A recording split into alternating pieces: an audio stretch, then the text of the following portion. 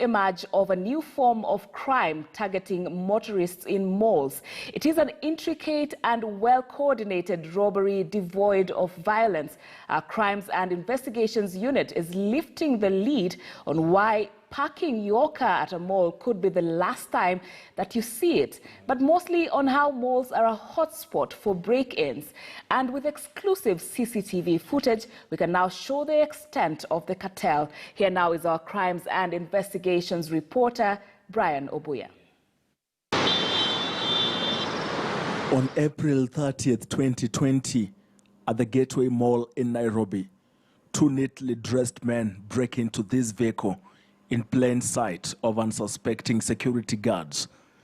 One of the men keeps flashing keys while on a suspected imaginary phone call to create the impression that they own the car. They break into the car at 3:33 p.m., steal whatever they got in just 40 seconds, and leave. The owner of the car arrives 40 seconds later at 3:34 p.m. with zero knowledge about the theft, and he drives away. 40 seconds from being caught is a close call. You may want to think they were lucky. No, they were not. All this while, when the owner of the car was doing his shopping, he was being closely monitored by this man. That is how the racket works. They monitor you constantly, informing the other team of your movements. A minute after the robbery, the man is joined by the other two who were breaking into the car. Together, the trio leaves. A robbery has just taken place. In a separate case, the man with an envelope in his hands is the owner of the car. It is believed he had money in the envelope and had been trailed from an ATM where the cartel pitches camp, masquerading as taxi operators before trailing you. The owner walks to his car to keep the envelope. A suspect follows him, studying his movements using the same tricks of an imaginary phone call.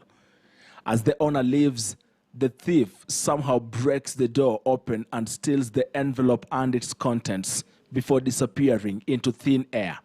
The team had turned the Gateway Mall into their operation center until the operation went wrong last Saturday.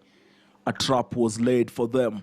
They were caught and thoroughly beaten by a mob to near death before police rescued the two men and a woman. As they were being beaten for robbery at the Gateway Mall, at Kayole Police Station, detectives were investigating a case of motor vehicle theft in which crooks were re-registering stolen vehicles under the chassis number of written-off motor vehicles. What detectives did not know is that the men being roughed up are the same ones whose photos were with police and were being sought for this crime. Under the scheme, the syndicate buys a written-off vehicle, mounts the stolen vehicle onto its chassis, enabling them to register the vehicle and sell it. Sources who continue to talk to our investigations unit have intimated that these crooked operations are happening in Nairobi's Kariobangi estate and at a popular garage in Ngara. Police have in custody people suspected of being behind these crimes: Charles Mulwa Nzomo, Rawlings Ayo Obuya, Vicky Were Odundo, Stephen Otieno Ojambo, Frederick Omondi Otieno, and Perry Kawira Kinyati, described as the smart criminals living lavish lives in Nairobi and giving motorists sleepless nights. One of the suspects was arrested with a brand new BMW. Police sources have indicated that most of those previously arrested have been released on police bail only to go back to their business of theft. Their release has been suspected to be influenced by senior police officers who have close ties with the criminals and maybe the crime itself. Brian Obuya, KTN News. Indeed, a very worrying trend right there, as revealed by our investigative unit, and calling for vigilance.